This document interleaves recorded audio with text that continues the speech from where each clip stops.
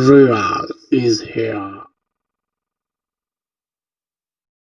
الحمد للہ رب العالمین والصلاة والسلام علی سید المرسلین اما بعد فاعوذ باللہ من الشیطان الرجیم بسم اللہ الرحمن الرحیم. محبت و شوق سے ہر بار کی طرح اس بار بھی درود پاک پڑھیے.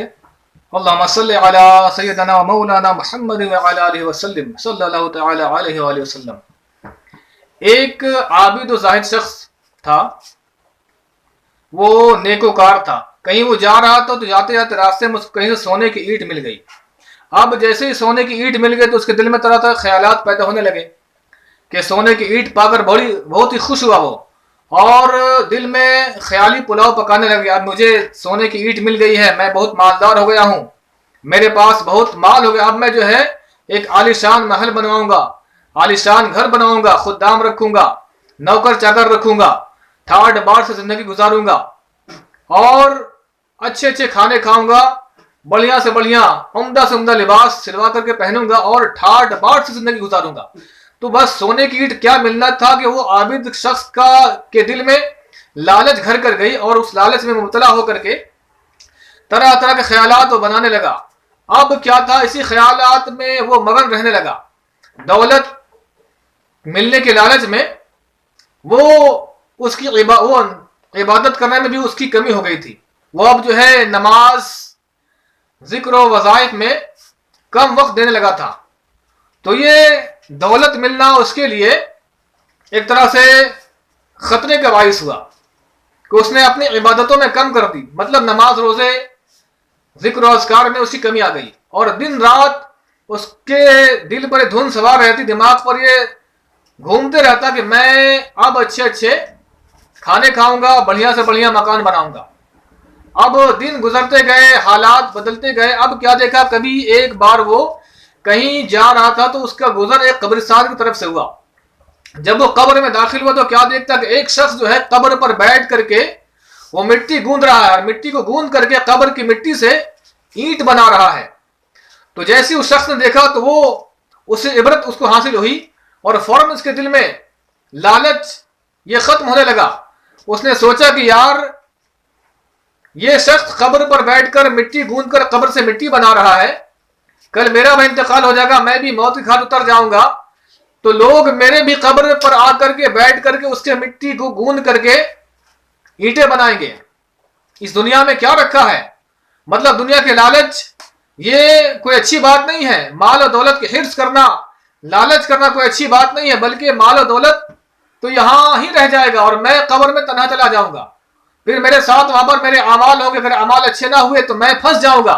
تو وہ شخص نے جب اس کو دیکھا کہ اینٹ گوند کر کے بنا رہا مٹی سے، تو فوراً وہ اس کے دل میں احساس پیدا ہوا کہ مجھے دنیا کی محبت سے کنارہ کشی اختیار کرنی چاہیے، کہ دنیا میں مال و دولت جو ہے صرف ضرورت کے لیے ہوتی ہے، اور اگر مال و دولت کی محبت دل میں گھر کر جائے تو انسان تباہ و برباد ہو جاتا ہے. تو جب اس شخص نے اس منظر کو دیکھا تو فوراً تائب ہوا، اور اس سونے کی اینٹ کو کہیں پر اس نے پھینک دیا اور وہاں سے چلا گیا. اور پھر جیسے وہ زندگی گزارتا تھا، عبادت و ریاضات کرتا تھا، عبادت و ریاضت میں پھر مصروف اور مشغول ہو گیا. تو ہمیں اس واقعے سے معلوم چلا کہ یقیناً دولت ایک ایسی چیز ہے، دولت تو کمانی چاہیے، دولت حاصل کرنی چاہیے، مگر دولت کی محبت دل میں نہیں ہونی چاہیے. کہ دولت کی محبت اگر ہوگی تو انسان کمانے کے دھن میں ایسا مصروف اور منہمک ہو جاتا ہے کہ دولت کمانے کے چکر میں لوگ نمازیں بھی قضا کر دیتے ہیں، ذکر و وظائف بھی چھوڑ دیتے ہیں، گناہ کا ارتکاب کرتے ہیں، اور انسان کی زندگی بد سے بدتر ہوتی چلی جاتی ہے. یقیناً دولت ایک نعمت ہے، مگر دولت کی محبت یہ دل میں نہیں ہونی چاہیے. کہ سارے فساد کی جڑ یہ دولت کی محبت ہے، کہ دولت یہ انسان جب اس کے لالچ میں پڑ جاتا ہے تو انسان کی زندگی تباہ و برباد ہو جاتی ہے. تو میرے آقا صلی اللہ تعالی علیہ وآلہ وسلم نے ارشاد فرمایا، حدیث پاک کا مفہوم عرض کر رہا ہوں، کہ حضور پاک صلی اللہ تعالی علیہ وآلہ وسلم نے ارشاد فرمایا کہ 5 باتوں کو 5 سے پہلے غنیمت جانو. اب وہ 5 باتیں کون سی ہیں؟ پہلا فرمان ہے کہ زندگی کو موت سے پہلے غنیمت جانو. دوسرا، جوانی کو بڑھاپے سے پہلے غنیمت جانو. تیسرا دولت کو مفلسی سے پہلے غنیمت جانو. چوتھا صحت کو بیماری سے پہلے غنیمت جانو. اور پانچواں یہ کہ وقت کو مصروفیت سے پہلے غنیمت جانو. اب ہم اس کے ڈیپ میں اگر جاتے ہیں، اگر ان حدیث پاک پر ہم غور کریں، فکر کریں، تو ہمیں ان باتوں کا اندازہ ہوتا ہے کہ انسان کو جو زندگی ملتی ہے، جب تک پہلا فرمان ہے کہ زندگی کو موت سے پہلے غنیمت جانو، تو جب تک انسان کی زندگی ہے، ہماری زندگی ہے، نیک کام کر سکتے ہیں، اچھے اعمال کر سکتے ہیں، نمازیں پڑھ سکتے ہیں، صدقہ و خیرات دے سکتے ہیں، غریبوں کی مدد کر سکتے ہیں. جیسی جوانی زندگی ختم ہوئی، موت آ گئی، تو ہم قبر میں چلے جائیں گے. پھر ہمیں اعمال کی مہلت نہ ملے گی، بلکہ مرنے کے بعد اگر ہم نے زندگی میں اعمال نہیں کیے ہوں گے تو مرنے کے بعد ہمیں پچھتانا پڑے گا، افسوس کرنی ہوگی. دوسری بات فرمان کہ جوانی کو بڑھاپے سے پہلے. اب دیکھیے نا کہ انسان جب تک جوان ہوتا ہے، تندرست ہوتا ہے، جوانی باقی ہے، تو انسان صحت مند ہوتا ہے.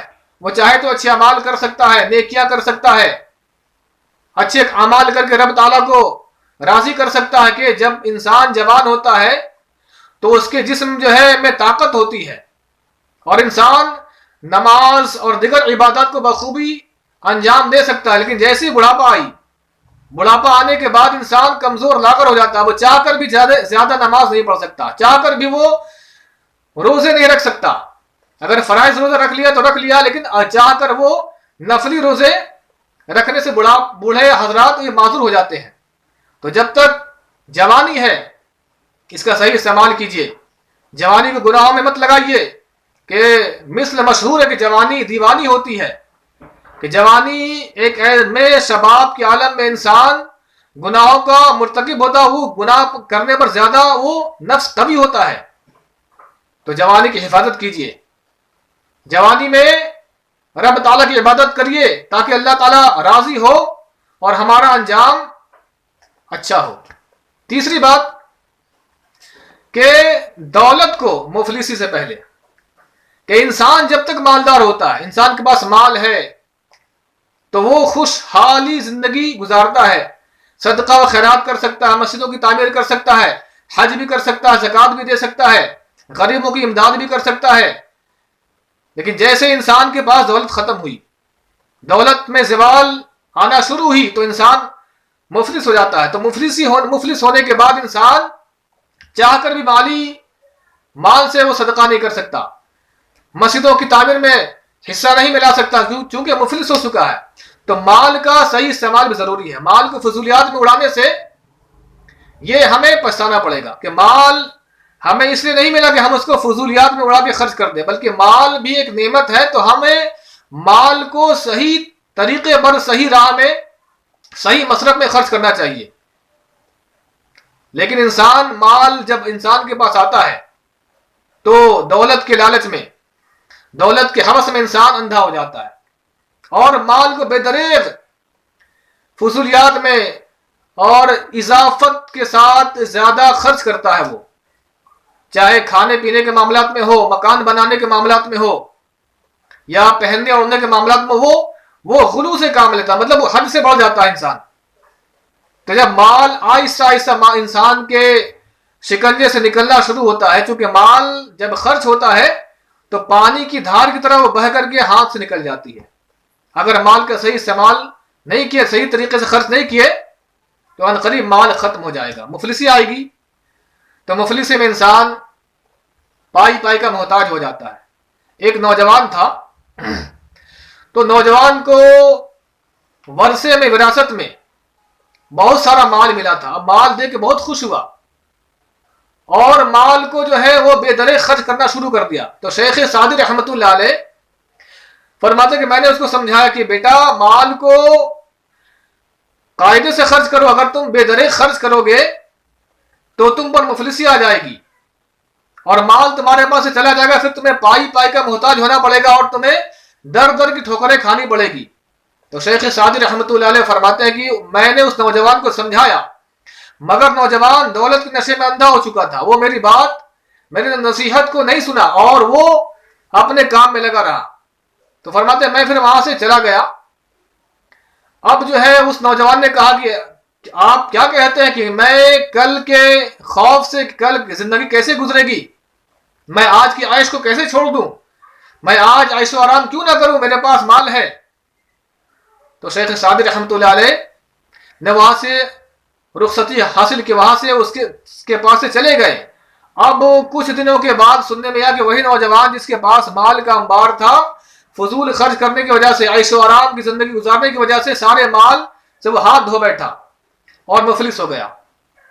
تو شیخ سعدی رحمۃ اللہ علیہ فرماتے مجھے اس پر بڑا غصہ آیا کہ میں اس کو ملامت کروں, لیکن میں پھر چھوڑ دیا کہ بیچارہ اب تو مفلس ہو چکا ہے, اپنے کیے پر پچھتا رہا ہوگا, تو میں نے اس کو چھوڑ دیا. میں نے دیکھا کہ وہ انسان جو کل تک مال کے لالچ میں اپنے مال کو بے تحاشا خرچ کر رہا تھا, فضول اڑا رہا تھا, آج پائی پائی کا محتاج ہو چکا ہے اور لوگوں سے بھیک مانگ کر اپنے پیٹ کو بھر رہا ہے.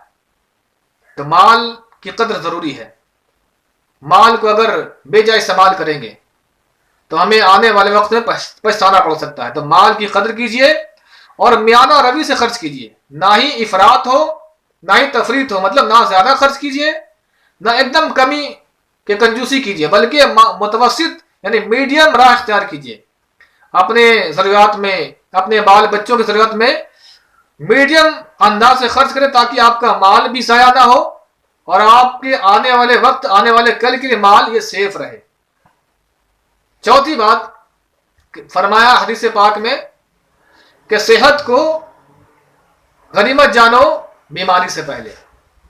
انسان جب تک صحت مند ہے, تندرست ہے, خون رواں ہے, جوانی باقی ہے, تو صحت مند رہتا ہے انسان. تو صحت مندی میں انسان تمام طرح کے اچھے اچھے کام کر سکتا ہے, نیک اعمال کر سکتا ہے, اللہ تعالیٰ کو راضی کرنے والا کام کر سکتا ہے. لیکن جیسے صحت میں زوال ہوا, انسان بڑھاپے اس کی تندرستی ختم ہو گئی, لاغر ہو گیا انسان, اگر صحت کی ہم نے قدر نہ کی, صحت کو ہم نے برباد کر دیا, اپنے ہاتھوں سے جوانی کو برباد کیا. کہ بعض نوجوان اپنے جوانی کو اپنے ہاتھوں سے برباد کر دیتے ہیں اور آنے والے وقت میں وہ ایسے ہو جاتے ہیں جیسے وہ نکاح کے قابل ہی نہیں رہتے.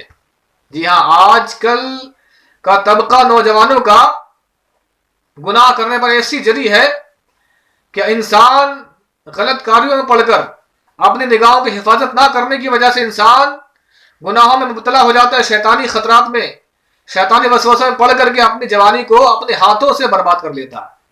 تو اپنی جوانی کو ہاتھ سے برباد کرنا یعنی اپنے جوانی کو اپنے ہاتھوں سے نکال کے باہر کرنا انسان کو ایسا لاغر کر دیتا کہ انسان پھر شادی کے قابل تک نہیں رہتا. یوں تو حدیث پاک میں آیا کہ اپنے ہاتھ سے جوانی کو برباد کرنا یعنی مشت زنی کرنا یہ حرام ہے. تو اس سے جوانوں کو بچنا چاہیے کہ ایک بری خصلت ہے مشت زنی کرنا, یعنی اپنے ہاتھ سے منی نکال کے اپنی جوانی کو برباد کرنا, یہ حرام ہے. تو جوانی کی قدر کیجئے کہ جوانی نعمت ہے, اگر چلی گئی, اگر ہم نے اس کو برباد کر دیا تو ہم کہیں کے نہیں رہیں گے, ہماری صحت ختم ہو جائے گی, نہ شادی کر سکیں گے, نہ عبادت کے قابل رہ پائیں گے, نہ کوئی نیکی کر پائیں گے. چونکہ انسان جب صحت مند ہوتا ہے تو صحت مندی میں انسان خوش اسلوبی کے ساتھ اچھے انداز میں عبادت کر پاتا ہے.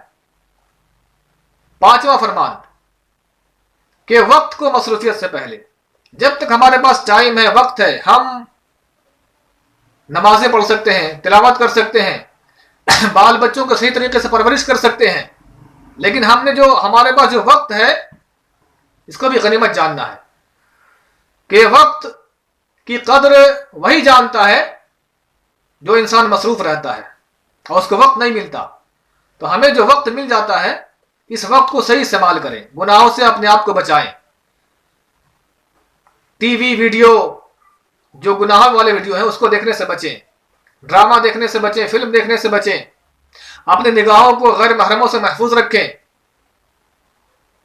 وقت کا صحیح استعمال کریں کہ ان آنکھوں سے تلاوت کلام پاک کریں, مسجدوں کی زیارت کریں, مزارات اولیاء کی زیارت کریں, دینی کتابوں کا مطالعہ کریں. تو یہ وقت کا صحیح استعمال ہوا.